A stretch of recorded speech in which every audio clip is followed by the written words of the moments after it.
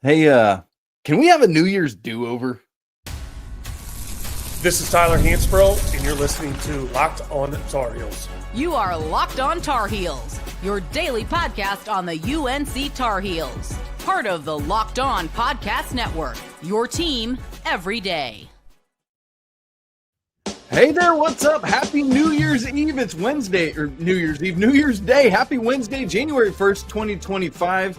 Oh boy, can we do that all over again? Because I need a redo, and so do the Tar Heels. Gross. Welcome into the Locked On Tar Heels podcast, the only daily North Carolina show out there. I'm your host, Isaac Shade. Man, you're joining me at the place to get your Tar Heels content every single day. It's all part of the Locked On Podcast Network. Special shout out to all the everydayers joining us, Locked On Insiders, and of course, our Discord members. You guys, it's a therapy session kind of night. Didn't know that we would need that on New Year's Day when we should be eating black beans, black-eyed peas, and smiling. But Carolina loses 83-70 at the Yum Center to Louisville. It's the first loss to a team that's not currently ranked. Obviously, Michigan State wasn't at the time, but now they are. Carolina falls to 8-6, 1-1. So we get right into this. Here's where we go on our live game postcast. We will lay out just a whole bunch of rapid reactions to what happened. Obviously, we don't have the space from the game to go into a ton of depth just because we haven't been able to analyze and get into all that, but a lot of big picture reactions. We'll get to all your comments and questions later on as well. But here's where we got to start. Carolina put themselves in the position to win this basketball game, and then they just absolutely pooped the bed. This game was 61-61.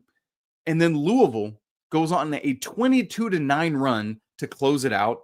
If you want to get even more granular, a 13-1 run over the final 2 minutes and 59 seconds.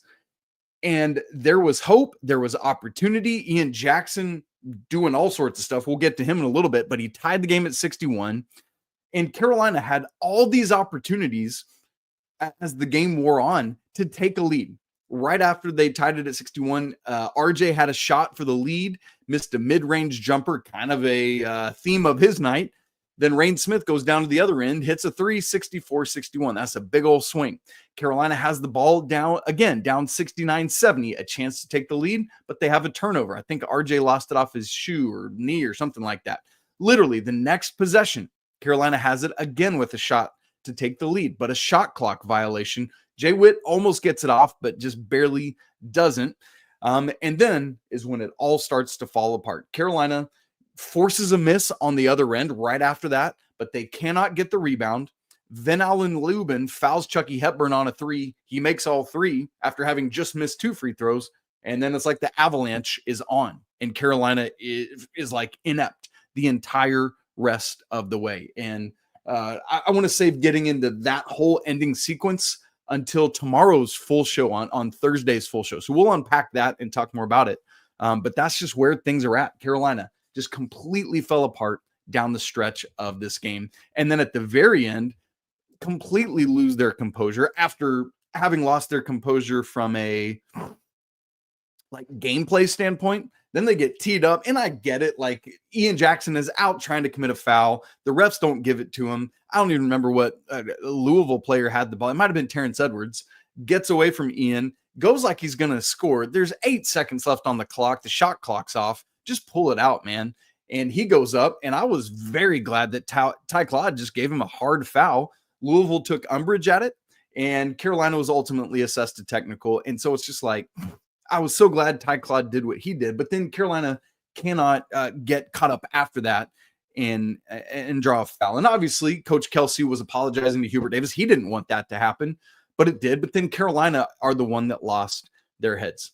Can't do it.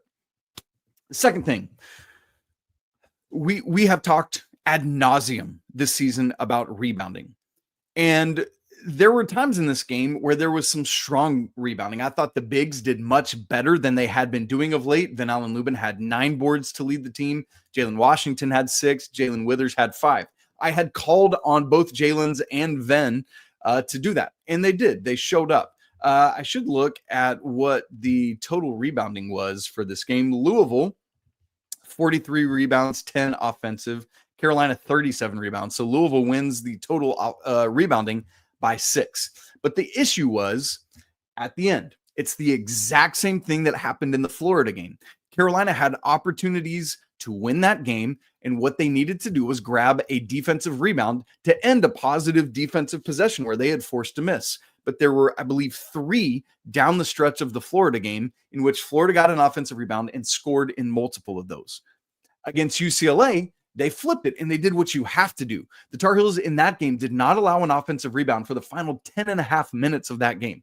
That is phenomenal. And you don't have to be like perfect and pristine like that, but you cannot allow critical offensive rebounds in these moments. And that's what Carolina did. With 2:59 left on the clock, which was the beginning of that 13-1 stretch for Louisville, Carolina cannot get the the defensive rebound. That's the one where Van Allen Lubin ends up fouling Chucky Hepburn. The result is he gets all 3. Carolina is now down by 4. All right, it's not over. You still got 3 minutes left to get back in this thing. But then on the next possession, and I should look at the play-by-play to see if Louisville scored off of this one as well. Off of this possession, Carolina once again cannot corral the defensive rebound. And let's see if Louisville got points off of that. Free throw. Van Allen Lubin misses. Carolina. Yeah, that's when they got that massive dunk. So both of those critical missed defensive rebounds, Louisville scores on them. End of game execution, man. You have got to end those possessions with rebounds. I thought something that was very clear and obvious was just how much the Tar Heels missed Seth Trimble in this game. And that, man, it's a bummer. Still, general on what it is, just still calling it an upper body injury. I would love to get more clarity. Hopefully we will from Coach Davis tonight in his post game. But part of it was particular, like, let's think back to the beginning of the second half. Chucky Hepburn did anything he wanted. RJ just didn't have the size for him. You put Seth Trimble on him and he would do much better. And he basically was the one dictating the terms of engagement of the second half. That was an issue. And it also would have helped because Carolina was getting into some major foul trouble. Elliot Cadeau, as happens sometimes, got into some foul trouble, 2 in the first half, and then ended up fouling out of the game late. He missed a lot of the second half. Like, I think he picked up his 4th foul with like 11:42, came back in at the 4-minute mark when Drake Powell fouled out, and then ultimately Cade Tyson fouled out as well. Having another starter in there helps tremendously with those foul issues. And when we look at all of this, what is frustrating about it is Louisville was basically trying to give this game to Carolina. They were doing everything they could to just leave the door open for Carolina to walk through it, and the Tar Heels just never did. Some examples of what I mean. We discussed on yesterday's show, I tweeted about it earlier today, that Louisville's shot selection makes 0 amounts of sense to me. They are like 4th or 5th in the nation in 3-point attempts per game, but they are in the lower 300s of 3-point percentage. Meanwhile, they are in the lower 300s in terms of 2-point attempts, but they're like top 50 in the nation in 2-point percentage. That doesn't make any sense to me. Well, thankfully, true to form, they did exactly that today. They were 6 of 26 from 3, which is 23.1%. They also left everything you could think of leaving at the free throw line, where they were 25 of 39, including missing the front end of 3 1-and-1s in the second half. But Carolina, it was like they just refused to take advantage of those open door opportunities. Specifically, also, Carolina was not good from 3 either. The Tar Heels shot 25%, 4 of 16. One of my keys, one of the 4-corner preview points was which team can outshoot their season-long 3-point percentage. Neither of them did.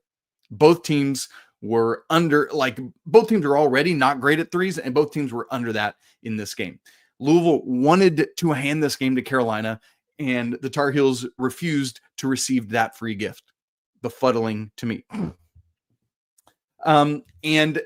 Unfortunately, we had copy repeat. One other storyline that I want to say before we get to our first break, and then we'll talk about some happy things. First half deficits. We know that the Tar Heels have struggled with that all season long. Well, guess what, gang? It happened all over again. The Tar Heels built themselves a nice, pretty hole to try and dig out of.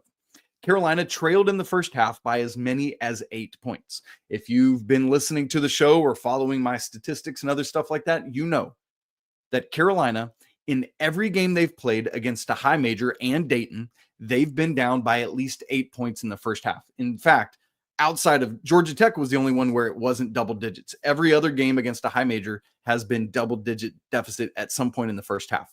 Well, here we go again. Not double digits in the first half, but the Carolina Tar Heels were down by 8 in the first half, meaning that in the 9 games they've played against high major competition and Dayton, they've trailed by at least 8 points in the second half. I've even now started a spreadsheet to track it all, the discrepancies between the first and second half. So let me remind you of it. Kansas, Carolina trailed by as many as 20 in the first half. Dayton, 18. Auburn, 15. Michigan State, 14. Alabama, 13. Georgia Tech, 8. Florida, 17. UCLA, 13. And tonight, Louisville, 8. It is befuddling Carolina's inability to get ahead and stay ahead. In fact, like even when we include the not high major teams, of Carolina's 14 games, there has only been one in which they never trailed at any point in the first half. That was Hawaii. Carolina trailed against Elon. Carolina trailed against American and LaSalle and Campbell at least some point in the first half. And I know a lot of times you get like a 2-0 situation. I get that. But most of these were not like right out of the gate. Carolina has absolutely got to figure it out. But right now it just continues to be copy, paste, repeat. Well, the freshmen were the 2 best players on the floor for Carolina tonight, Ian Jackson and Drake Powell. Got to keep finding ways to get them more minutes. We'll praise those guys coming up here in just a second.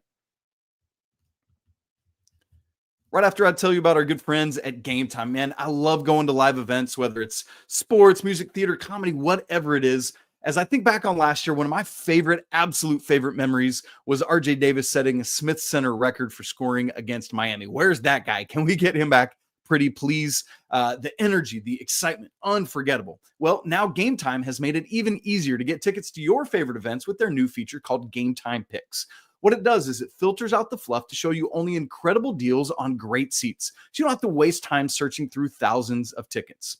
Recently, for Christmas, I wanted to buy some Dude Perfect tickets for my family and some friends of ours we're going to go hang out with, our good friends, the Petersons. So we got tickets, and we're all going to go together this summer. Man, it's going to be absolutely great because with Game Time Picks, I found great deals. Well, Carolina hosting SMU at home next Tuesday. You can get in the door for this game for $8 on Game Time. Man, that's crazy. You can get into the lower bowl on the baseline for $66. Go check it out. Take the guesswork out of buying tickets with Game Time. Download the app, create an account, and use code LOCKEDONCollege for $20 off your first purchase. Again, create an account and redeem code LOCKEDONCollege for $20 off. Terms do apply. Download the Game Time app today. What time is it? It's game time. Okay, box score time. Let's get it up. I always like to pull it up in the second segment while we're talking. Those of you watching on YouTube, you can see it. If you're listening back later, welcome into you. We're so glad you're here, and we'll keep talking. All right.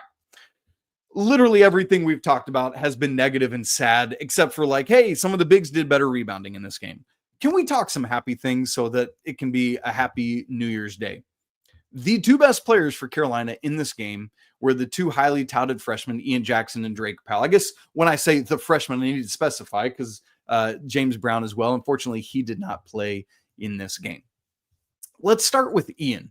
What impressed me the most about Ian, who, by the way, had his 3rd straight 20-plus point game, crazy stuff. It was not a new career high. And in fact, it was the lowest scoring of those 3 20-point games, but it was 23 points. What is so great about what Ian did is he was struggling in the first half. If you watched, he was getting to the rim, as he always does, quite easily. Thank you very much. Missed quite a few, though, at the rim. Was at least 3 times that I remember. Another time, drove into too much traffic and still tried to get it off. Finished the first half 2 of 8 from the field, 1 of 3 from the free throw line. But then a lot of people, especially a lot of freshmen who aren't experienced enough, would allow that to shut them down or allow that to, like, they would get frustrated and do bad. And maybe he was. But Ian kept his composure, whether by his own capability or by veterans or coaches talking to him. And in the second half, Ian goes 5 of 7 from the field, 1 of 2 from 3.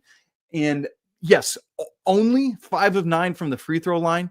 But the fact that he got there 9 times, man, this guy, one of my bold predictions preseason was that Ian Jackson would have the most free throw attempts on Carolina's team. And it's reasons like this that are now starting to shine through that you see why I said that. And so for the game, Ian finishes with 23 points. 16 of those came in the second half. Was so proud. Like when Carolina would get down, it was Ian and Drake, who we'll talk about in a second, that were bringing Carolina back, whether it was an and one, whether it was a big three. Between these two guys, they were responsible for 9 of Carolina's first 12 points. There were 2 times early in the game, Carolina got down by 5, and both times the response came from Ian and Drake, bringing Carolina back in. So that is so important. Now, one of the things I was watching for ahead of this game was, man, Ian has been doing so much for the Tar Heels, and they got to get him more and more and more involved. But will he be able to do it on the road in ACC play? And the answer, maybe a little shaky at first, but the answer was a resounding yes when it was all said and done. Clearly the best player on the court for Carolina in this game, but the second best player was his freshman teammate, Drake Powell, who finishes this game with 14 points, 6 of 11 from the field goal, missed both 3-point attempts, 2 of 2 from the free throw line, had 4 rebounds, ultimately ended up fouling out just because, especially, again, we go back to Seth being out. Drake has to take on more of the individual best player defensive assignments. And so some of that just, it just happens sometimes. Now, that said, there were a couple, I thought, like, for example, one of his fouls was an over the back foul, unless it was assessed to Elliot. I can't, but it felt like in real time, at least it was assessed to Drake. Somebody can tell me if I'm wrong. I'm not looking at the chat yet, but we'll get there in a second.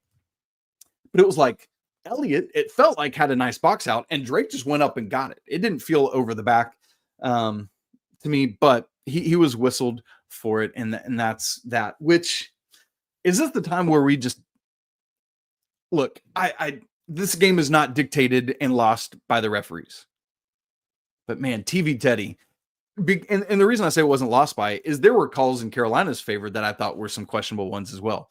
But there was a offensive foul called on Ian Jackson in the first half that was just frankly abysmal. I was less definitive about it on social media, but here I'll say it. I thought it was an abysmal call. Rain Smith was not stopped. It wasn't a situation of Ian being out of control and just barreling into him.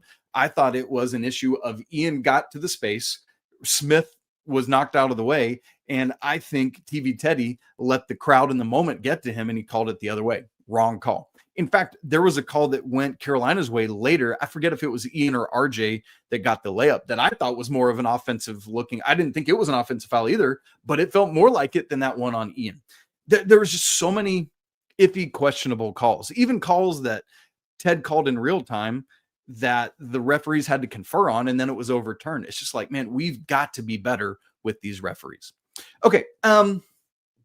It's funny because we talked about Elliot, Cadeau, and RJ Davis and the great performances they had Sunday night against Campbell. And one of the questions I asked was, hey, was this a one-off or is this a sign of these guys turning the corner? Well, if another one-off tells us anything, it's that it was not turning the corner. We've already, we'll talk about both these guys right now. Elliot, because of foul trouble, only able to play 24 minutes in this game, which again, with Seth missing, really, really hurt you. You had 3 guys play in the 30 minutes. RJ had 37, Ian 35, Drake 32. That's what you need to be doing. But you need Elliot Cadeau on the floor more often for his team. In this game, 1 of 5 from the field, 4 points. One of the things that made his game so impressive on Sunday night was getting to the rim, which is what Ian was doing so well in this game. Elliot was not able to do that. He did have 5 assists, 2 turnovers. So again, getting better in that regard. But part of that, you wonder how many more assists and or how many more turnovers he could have had if he played 10 more minutes in this game, not saddled with foul trouble. And so, man, just Carolina needs Elliot Cadeau on the floor. Got to figure out, how to stay out of foul trouble. But then poor RJ, man, just struggled shooting in this game. Again, as he's been doing season long, what I appreciated about RJ so much in this game is he found other ways to help the team. Had some really nice assists, did have 3 turnovers, but had 2 steals. How about that one? Maybe the highlight of the game for Carolina was that steal RJ had. And look, I know you're not supposed to save the ball under your opponent's basket, so we just won't talk about that. But steals it as he's running out of bounds, shovels it behind him. Let's just pretend we knew that he saw Drake, right? I think it went to Drake or maybe Ian. I can't remember. But whichever freshman it was, got to run out, layup. Phenomenal play from RJ to save that. So two steals. But man, RJ, 4 of 14 from the field, 1 of 5 from 3. The shooting woes just carry on for RJ. And again, you would think with Ian now starting to draw all the attention he is, it would allow RJ more space and freedom and opportunity, but it just didn't. I mean, it provided him more space and opportunity, but he wasn't able to knock him down, I guess we should say. His first points in the game came just under 5 minutes left in the first half, and then he went on a tear. He scored Carolina's next 9 points at that point, but then only had 3 more for the rest of the game, finishing with 12. In fact, in the second, let me look at his second half box. RJ was 1 of 6, 0 of 2 from 3, 3 points, 1 of which was at the free throw line. The technical was assessed to RJ, I'm seeing as I look at the box score right now. Woo! I need to go back and look at that. I was just too frustrated in the moment with what Carolina was doing to check in on all that. But really tough games for both Elliot and RJ in this one. Thank goodness the freshmen were able to help lead the way. One other thing I want to mention is Carolina.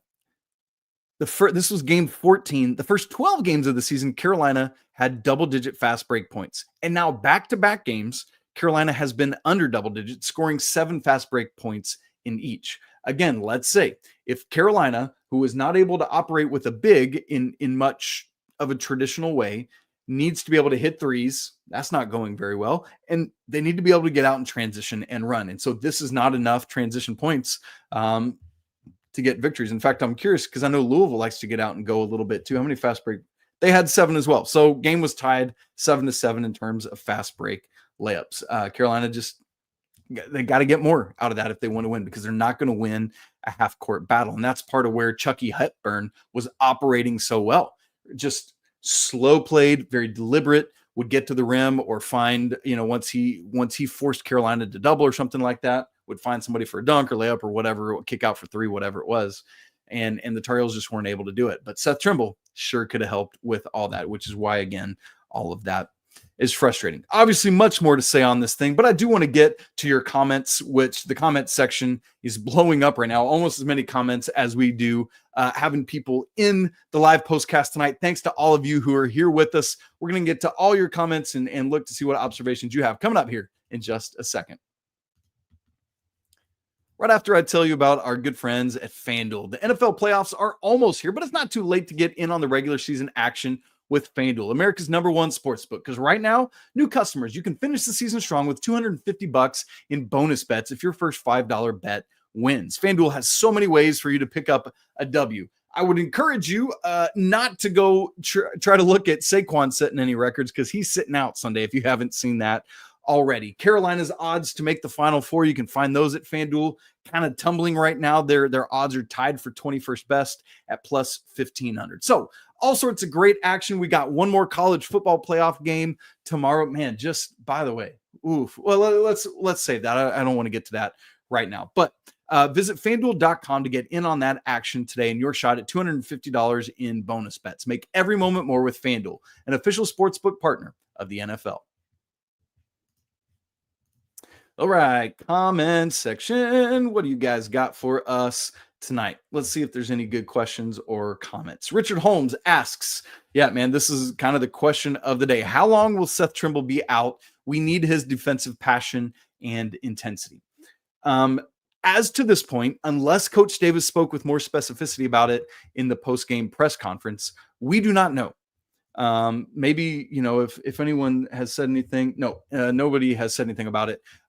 We don't know, Richard. Now, folks, you might recall last year, a little bit further into ACC play, our Seth missed, was it 2 games, maybe 3? And I think it was the home game at Clemson, because I remember that one specifically because Carolina lost that game. And in my postcast after that one, I remember saying Carolina absolutely wins this game if Seth Trimble is playing in it. And I feel that way about tonight too. Both with his athleticism, his ability to guard Chucky Hepburn, and his ability to because was Chucky Hepburn their leading scorer in this game? Oh, far and away, 26 points, 16 of 20 at the free throw line. Good grief. Yeah, Seth Trimble stops that. Absolutely, Carolina wins this game with Seth Trimble. So unfortunately, there is speculation that maybe it is another concussion, and that is complete speculation on my part, just based on other things, other speculation that rumors are of. So, we can't speak with much specificity. The problem is, if that's what it is, man, it's just so hard with head stuff because it can linger. It can be better tomorrow. It's just hard to know. But Richard, to your point, 100% need everything that Seth brings. Richard, sorry, let's bring this one up again.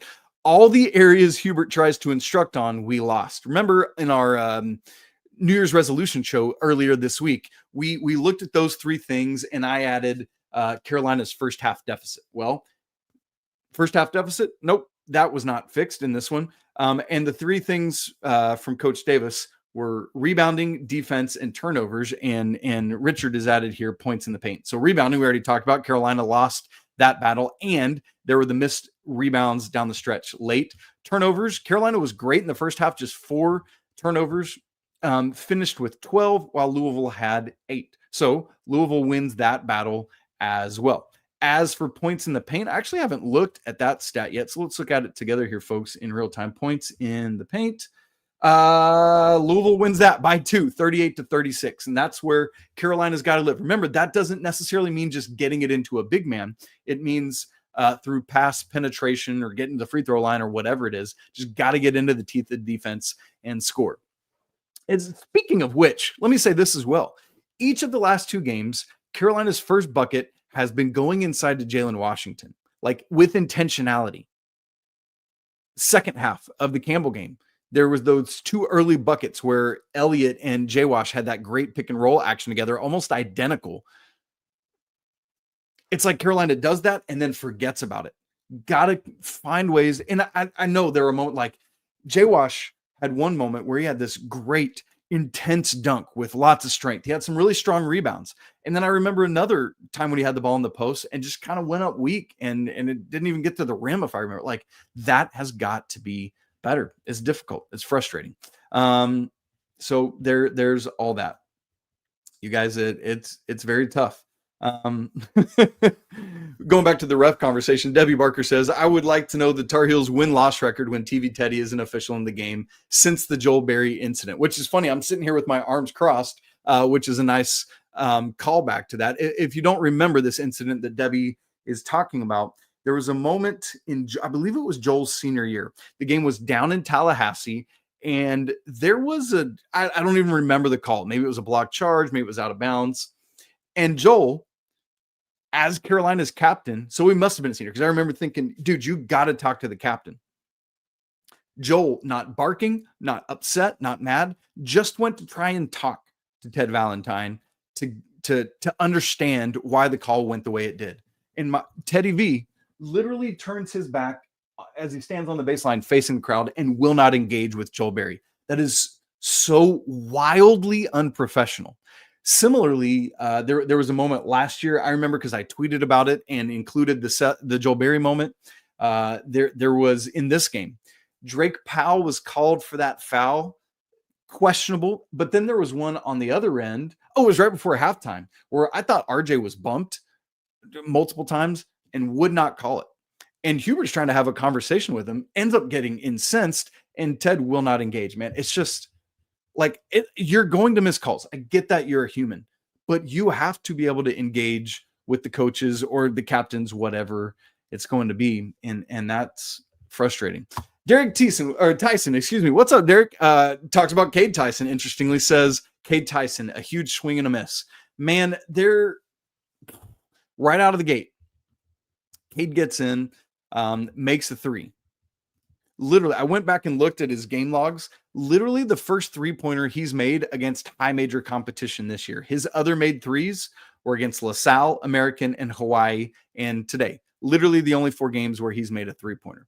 So Cade hits that 3, and it's like, okay, maybe there's something going. And I love that Hubert Davis went back to him. A little bit of a heat check. Makes a ton of sense. Missed that. And then Cade only has one other shot the rest of the game. Got 3 rebounds, fouled out. And so it's just not enough there. And it's unfortunate because Carolina really, really need him. Very unfortunate. So, guys, I know there's probably a lot more questions and comments we can get to. Here's what I'm going to do, because I know we all need to get on with it's 10 o'clock on the East Coast, 9 o'clock my time and Central Time. I'm going to keep your questions and comments. I'm going to look through those. And if there's anything else that we need to get to, I will address those on the Thursday show. So if I didn't get to yours, do not lose hope. We will get to it coming up, hopefully tomorrow on the show there. All right. That'll be great. You guys, I know it's tough, games like these, and it's disappointing because this is an ACC that Carolina should be able to get into and win. And to do that, you've got to do it at home. But as I said on today's show, you got to be road warriors. Carolina started out last year winning those 3 straight ACC games on the road in the main chunk of ACC play. It's not to be this year. More signs of the lack of inconsistency. Tar Heels now 8-6. I don't know. It's a lot to get figured out. Carolina on the road again Saturday at Notre Dame, so we'll get ready for that. If you've not subscribed to the show on video and audio, make sure you do so that you don't miss a second of Locked On Tar Heels. If you haven't joined the Locked On Tar Heels Discord or Insider chat, man, we'd love to have you in those as well. It's a great way to go deeper with the show, a great way to interact one-on-one with me, and lots of other perks as well. We'll talk again tomorrow. Oh boy, yes we will. But until then, peace.